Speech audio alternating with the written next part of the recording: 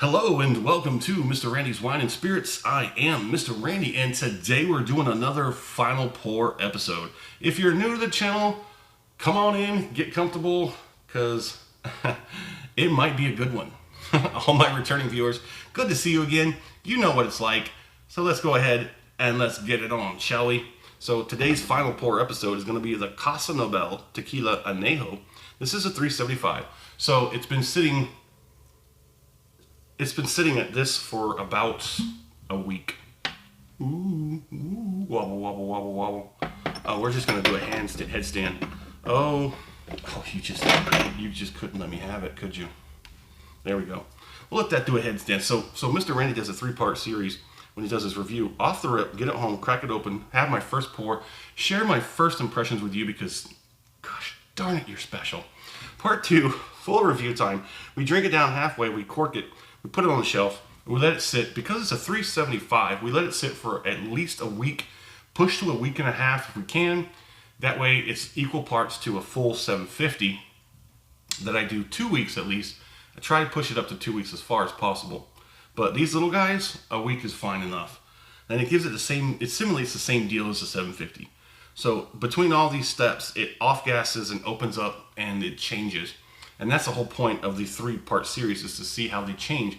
So part 2, full review time, we go online, we find out some information, we come back, we talk about it, I score it, I continue to drink it, because part 3, final pour, where we're at today, we have our final pour and we compare it to the first pour off the rip and everything in between. So I think that's had enough time. So, Casa. Casa. Hold on. Clear up a little bit.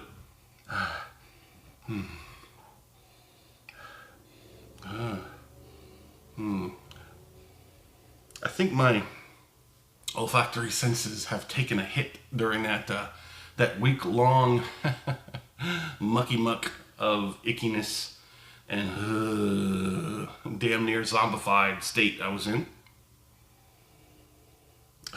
So the majority of what I'm getting is ethanol, because I got to go deep in here. But I do get the agave, the roasted agave. They like to claim that this was 38 hours in the oven. They put themselves so big on the prestige of what they do. I think they tripped themselves up in just about 2 steps.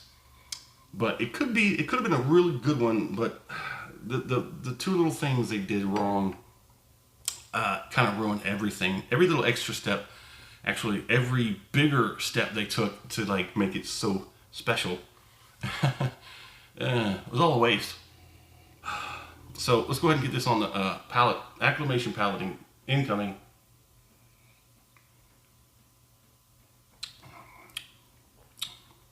Palate's not bad. It's really smooth, really mellow. It is tasteful. It's definitely got some tastiness going on. There's not a lot of spice. There's not a lot of flare up. It's really mellowed out. But that was the acclimation palating. We're going to go ahead and take this second one and see what she really has to say. I'm just sort of working it out, working the mouth out, working all it, making sure I salivate. You can also just take a swig of water, swish it like it's mouthwash and spit it out.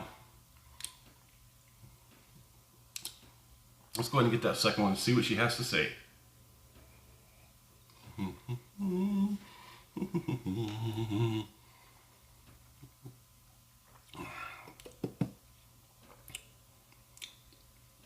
Pretty messy, but look at that. It's still got some viscosity. Here we go. That second palating had more to offer. That's why we do the first acclimation palating. Sort of wake everything up and get everything going in the right direction. There is a little bit of spice. There is a little bit of tingliness. There is some flavor. It's all over the place. I got some on the roof of the mouth, the tongue, the cheeks, the gums, the lips. The back end is not even a 1 yet on the heat. That buildup of warmth. I'm trying to work this second one out just like I did the first one, so that finish we work is also going to get the same kind of treatment. If you liked the video, go ahead and hit that thumbs up button. And while you're there, go ahead and subscribe to the channel if you haven't. That way you're pretty much ensured to get all my videos as soon as I upload them, and you don't have to worry about some pesky algorithm telling you what you can and can't watch. Well, they don't tell you, but they don't offer you the same kind of stuff that you watch, especially when it comes to certain topics on YouTube. I've been on YouTube since the beginning. My original account, I mean my personal account, I've been on there since the very beginning. Back in the old days, when it was just a fledgling thing, saying just shortly after the internet came online, started up with this YouTube.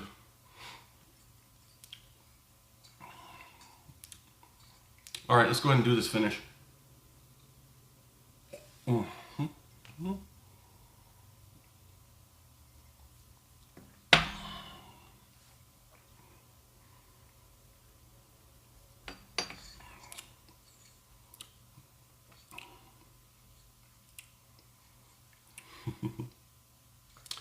Casa. Okay, so the finish has provided us with quite a step up from the palate, that last one.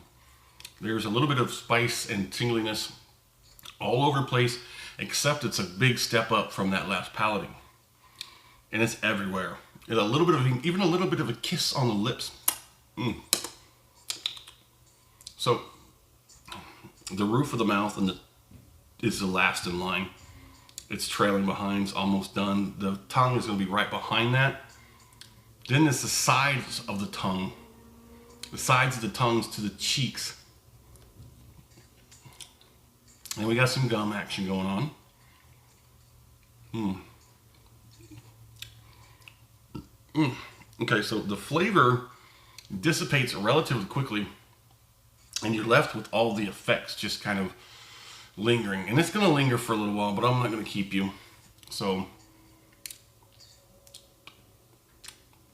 yeah, I would have to say, yeah, there's that trailing end aftertaste that we spoke about on the full review. A lot of people say it's akin to wet cardboard, and not the good kind of cardboard, you know what I'm saying? Anywho, in the comment section, let me know where you're at. What are you drinking? What's going on in the world of libations around you? Have you had a Casa? Have you tried it? Is it worth trying the Reposado? Well, let me know in the comment section. Hit me up. Let me know. And as always, thanks for stopping by here at Mr. Randy's Wine and Spirits. You could have been a contender. You could have been a contender. But no, sorry. It was worth the experience, I suppose. But other than that, nah.